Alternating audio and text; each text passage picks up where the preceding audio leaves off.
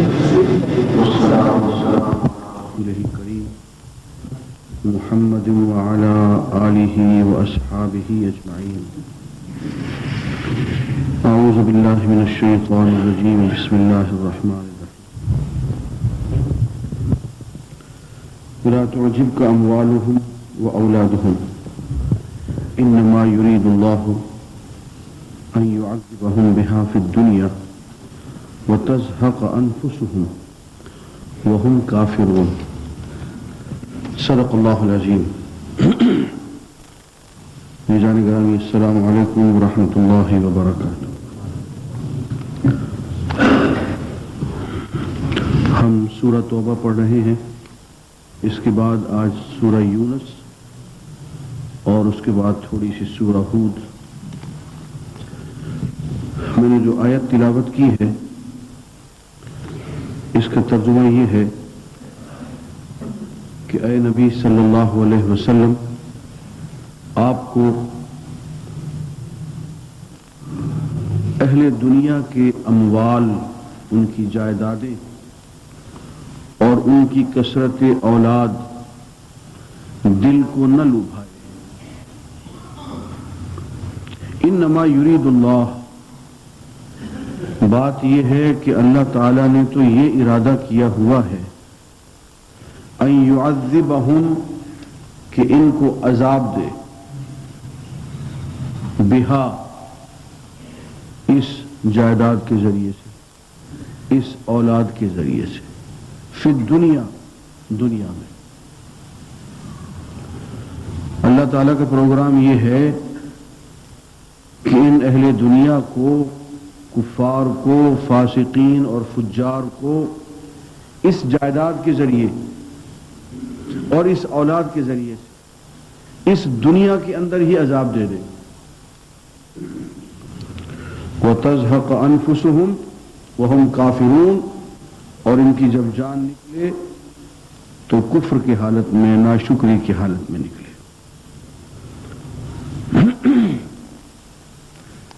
یہاں سے معلوم ہوا کہ یہ جائیداد اور اولاد یہ ہر موقع پہ نعمت نہیں ہوتے. کبھی یہ نعمت ہوتی ہیں، کبھی یہ عذاب ہوتی ہیں. کب یہ نعمت ہوتی ہیں اور کب یہ عذاب ہوتی ہیں، یہ سوچنے کی بات ہے. قرآن مجید نے اس موضوع پہ کثرت سے خطاب کیا ہے.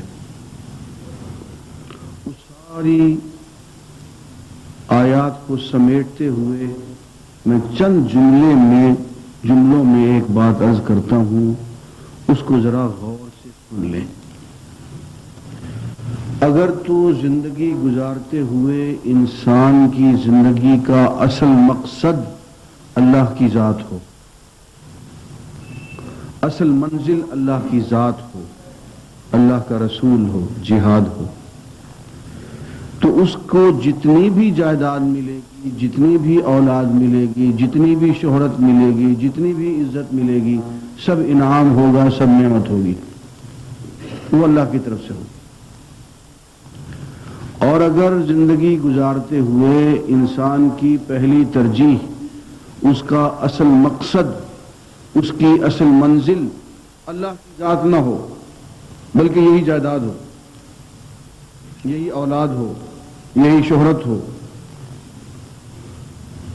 تو پھر جو کچھ بھی ملے گا وہ انعام نہیں ہوگا، وہ عذاب ہوگا. اگر اس کے پیچھے پیچھے ہم بھاگیں گے، اس کو مقصد بنا کے، تو یہ انعام نہیں رہے گی، یہ عذاب بن جائے گی. اور اس کو اگر پسے پشت ڈالیں گے اور اللہ تعالی ہمیں خود دے دیں بن مانگے، تو پھر یہ انعام بن جائے گا.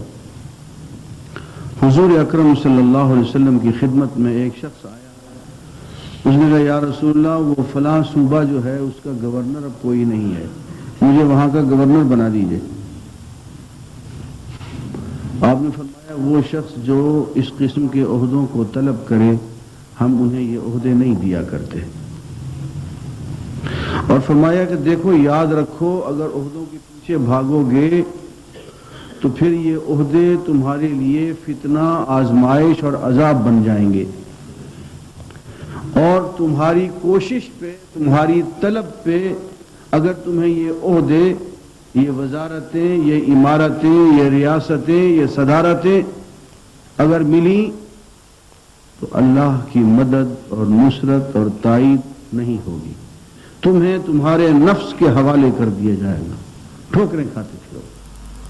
ہاں اگر تم ان عہدوں کے پیچھے نہ پھرو، ان کے پیچھے تم نہ بھاگو اور اللہ تعالیٰ اپنے پروگرام کے تحت یہ عہدے تمہیں دے دیں تو پھر انہیں اللہ کی طرف سے انعام سمجھو، لیکن پھر بھی اس میں آزمائش ضرور ہوگی، پھر اللہ کی مدد حاصل ہوگی۔ یہی وجہ ہے کہ جب حضور اکرم صلی اللہ علیہ وسلم وفات پا چکے اور صحابہ ثقیفہ بنی ساعدہ میں اکٹھے ہو گئے اور حضور کے بعد انہوں نے اپنا خلیفہ چننا چاہا،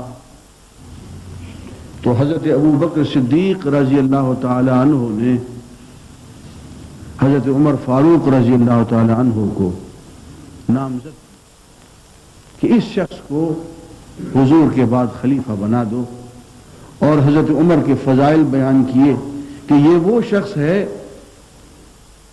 کہ اس کو اللہ تعالیٰ سے حضور نے مانگا ہے، اس کے ایمان کو، اس کی مدد کو حضور نے دعائیں مانگ مانگ کے اس شخص کو مانگا ہے اللہ نے، یہ مراد رسول ہے یہ شخص۔ ہم میں یہ قوی ترین انسان ہے، ذہین ترین انسان ہے، متقی ترین انسان ہے، عمر بن خطاب کو تم اپنا خلیفہ بنا لو۔ ابو بکر صدیق نے یہ کہا اور کچھ لوگ تیار بھی ہو گئے، صرف صدیق کا تو عمر فاروق کھڑے ہو گئے، انہوں نے کہا کہ ابو بکر صدیق کے ہوتے ہوئے اگر میں خلیفہ بن جاؤں تو زمین کا پیٹ میرے لیے زمین کی پشت سے بہتر ہے، پھر زندگی سے موت میرے لیے بہتر ہے کہ ابو بکر کے ہوتے ہوئے میں خلیفہ بن جاؤں، یہ میرے لیے ممکن نہیں ہے۔ اور انہوں نے پھر پلٹ کے سیدنا ابو بکر صدیق رضی اللہ عنہ کے فضائل بیان کیے کہ قرآن کو تو کھول کے دیکھو میرے دوستو، قرآن میں اس شخص کے بارے میں کیا لکھا ہوا ہے اور کس شخص نے حضور کے لیے سب سے زیادہ قربانیاں دی ہیں۔ تو سب لوگوں کو متفق کیا سیدنا عمر نے کہ مجھے نہیں، اس شخص کو بناؤ۔ تو آپ یہ دیکھیں کہ اس میں بہت زوردار ڈیبیٹ ہوئی ہے، بحث ہوئی ہے ان دونوں کے درمیان کہ میں نہیں، اسے بناؤ، وہ کہتے ہیں نہیں مجھے نہیں، اسے بناؤ۔ سیدنا عمر جب فوت ہونے لگے تو آپ نے 6 آدمیوں کی ایک کمیٹی بنا دی کہ یہ 6 آدمی کے خلیفہ چنے، انہوں نے اپنا بیٹوں کو بھی شامل کر دیا، عبداللہ بن عمر کو بھی، فرمایا یہ ووٹ دے سکتا ہے لیکن خلیفہ بن نہیں سکتا، خلافت کے لیے ڈسکوالیفائی کر دیا اپنے بیٹے کو کہ ہاں عالم آدمی ہے، رائے دے سکتا ہے۔ اب 6 آدمیوں میں خاصی گفتگو ہوئی اور ان کو وقت دیا گیا کہ 3 دن کے اندر اندر فیصلہ کر دو۔ ان 6 آدمیوں نے مل کے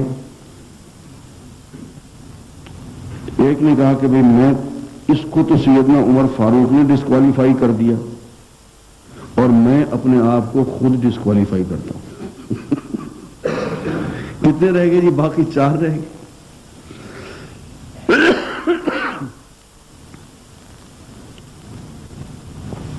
دو اور حضرات نے بھی کہا کہ ہم بھی اپنے آپ کو اس قابل نہیں سمجھتے، تو سبھی پیچھے ہٹنے لگے۔ آخر مجبور کر کے ایک آدمی کو کہا گیا کہ میاں دیکھو، عبد الرحمن بن عوف کو، کہ میاں دیکھو یہ 2 آدمی ہم 6 میں سب سے افضل ہیں، ایک حضرت عثمان اور ایک حضرت علی، ان 2 میں سے کسی ایک کو منتخب کر لو۔ اور اس کے لیے تم ایسا کرو کہ تم جاؤ مدینے میں اور جہاں جہاں تک جا سکتے ہو اہل رائے کی، اہل فضل کی، علماء کی رائے پوچھو اور پھر فیصلہ کرو۔ اب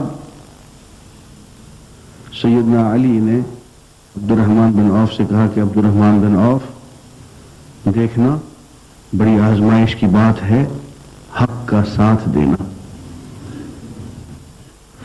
سمجھنے والوں نے یہ سمجھا کہ سیدنا علی یہ کہہ رہے ہیں کہ مجھے خلیفہ بنا۔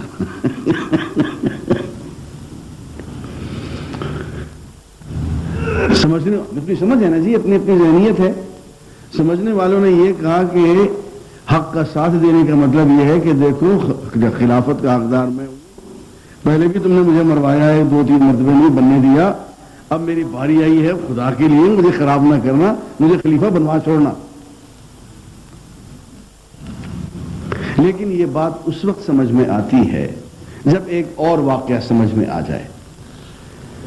ایک اور واقعہ بھی سن لیں، پھر اس واقعے کی طرف آ جائیں کہ سیدنا علی کہنا کیا چاہتے تھے۔ ایک مقدمہ پیش ہو گیا،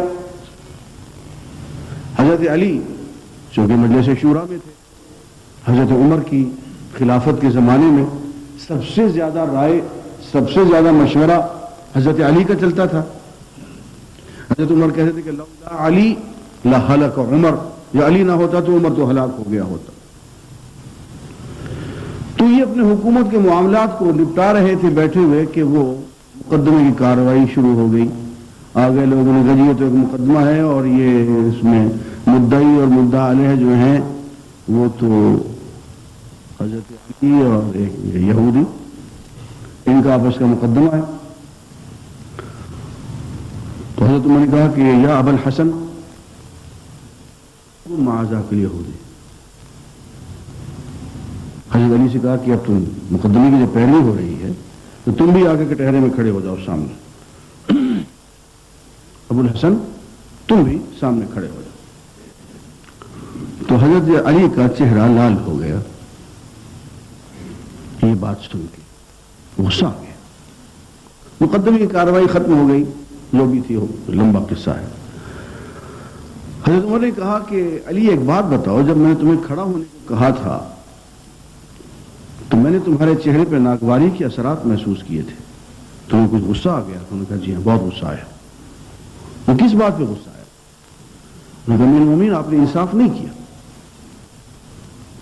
کیا انصاف نہیں کیا؟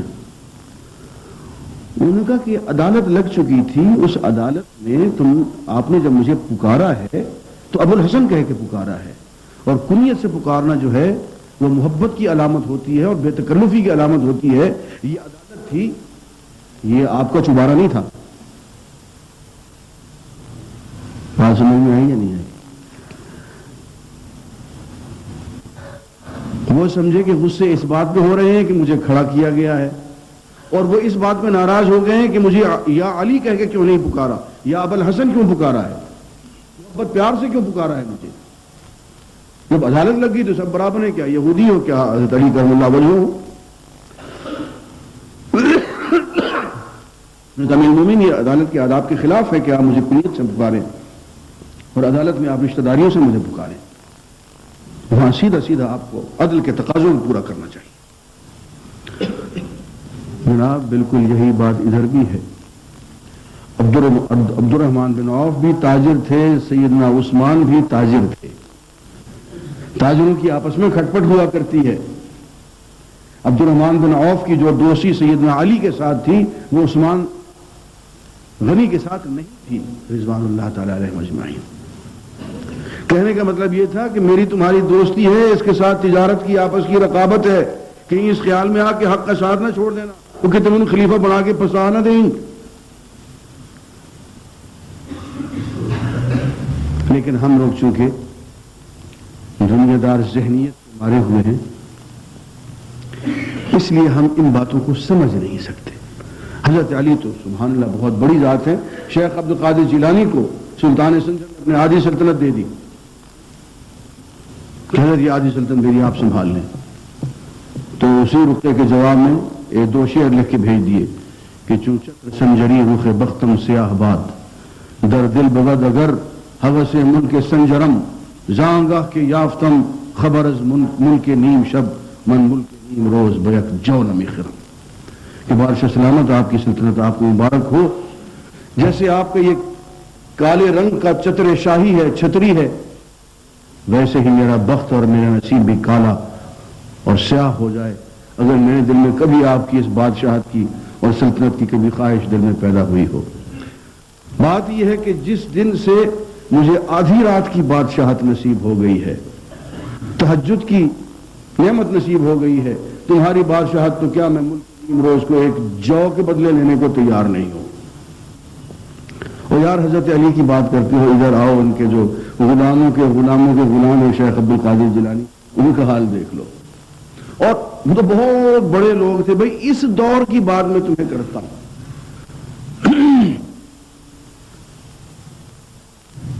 ذوالفقار علی بھٹو مرحوم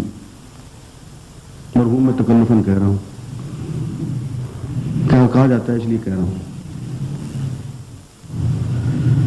وہ کوثر نیازی سے تنگ آئے ہوئے تھے کسی بات پہ ناراض ہو گئے. پیغام بھیجا مولانا ابو بکر غزنوی صاحب کو کہ آپ آئیں اور وزیر بن جائیں مرکزی وزیر اطلاعات وزارت اور حج اور اوقاف اور فلاں. پیغام پہ پیغام لانے والے اب بھی زندہ ہیں. ان میں ایک ان کے ٹیلنٹڈ کزن بھی تھے میں نام بھول رہا ہوں ان کا کیا تھا ان کا نام وہ بھی آئے. مجھے ٹیلنٹڈ کزن اپنے کہا کرتے تھے نام بھول گیا ان کا میں ہاں ممتاز بھٹو صاحب آئے. تو ابو بکر غزنوی صاحب نے مجھ سے مشورہ کیا کہ یہ بہت تنگ کر رہے ہیں مجھے مرکزی وزارت کے لیے. ہم نے کہا جی کیا حرج ہے بن جائے کچھ کام کا شاید موقع مل جائے دین کے کام کا. سوچ کے ایک پیغام ان کو دے بھیجا کہ یار بات یہ ہے کہ یہ وزارت تو ہوتی ہے 6 ماہ کی اور فقیر سدا بہار ہوتا ہے. میں تمہاری وزارت کے لیے اپنی فقیری برباد نہیں کر سکتا. یار کن لوگوں کی تم بات کرتے ہو صحابہ کی بات کرتے ہو کہ انہیں خلافت چاہیے تھی انہیں امارت چاہیے تھی. میں تو اس دور کے عام اولیاء اللہ کی بات کرتا ہوں کہ وہ یوں ٹھکرا دیتے ہیں اور وہ ایک طرف کس وزارت کی بات کرتے ہو. تو عزیزان گرامی بات یہ چلی تھی کہ یہ دنیا اگر تو اس کے پیچھے ہم بھاگ کھڑے ہوں تو پھر یہ عذاب بن جاتی ہے. اور اگر اللہ تعالیٰ خود فیصلہ فرما دے اپنے پروگرام کے تحت کہ اس شخص کو دنیا بھی دینی ہے اس کو عہدہ بھی دینا ہے اس کو امارت بھی دینی ہے اس کو قضات بھی دینی ہے اس سے کام لینا ہے اس کو بٹھانا ہے اس جگہ پہ تو پھر اللہ کی تائید حاصل ہوتی ہے پھر وہ نعمت ہوتی ہے پھر وہ انعام. فرمایا کہ یہ جو دنیا میں اس وقت بہت داد عیش دیتے پھر رہے ہیں اپنے اموال اور اپنی اولاد کے ذریعے سے یہ ان کے لیے عذاب بن جاتا ہے. اور میں آپ سے سچ کہوں اب میں نام نہیں لیتا ہوں اس وقت ایک بہت بڑا جاگیردار بہت بڑا سرمایہ دار اس شہر لاہور کے اندر وہ جو کہ خیرات دیا کرتا تھا نیک کام کیا کرتا تھا جس کا دادا مسلمانوں میں سب سے پہلا ہائی کورٹ کا جج تھا اس وقت وہ زکوٰۃ کا مستحق ہے. میں نام نہیں بتا سکتا کیونکہ وہ شخص ناراض ہو جائے گا مجھ سے. اور یہ عبرت کا مقام ہے کہ وہ شخص اپنے گھر میں نہیں رہ رہا ہے بلکہ پتہ نہیں کہیں اس نے کہیں پناہ لے رکھی ہے اور وہ ایک ایک ٹکڑے کا محتاج ہے. اس لیے کہ یہ اللہ تعالیٰ کا ایک نظام ہے جب چاہتا ہے دے دیتا ہے جب چاہتا ہے لے لیتا ہے اور بعض دفعے دے کے پریشان کر دیتا ہے. اس لیے اس جائیداد کو اس امارت کو اس ریاست کو انسان اپنے لیے طلب نہ کرے جتنا وہ دے دے اپنے پروگرام کے تحت بس اسی پہ گزارا کرے اسی میں خیر سمجھے.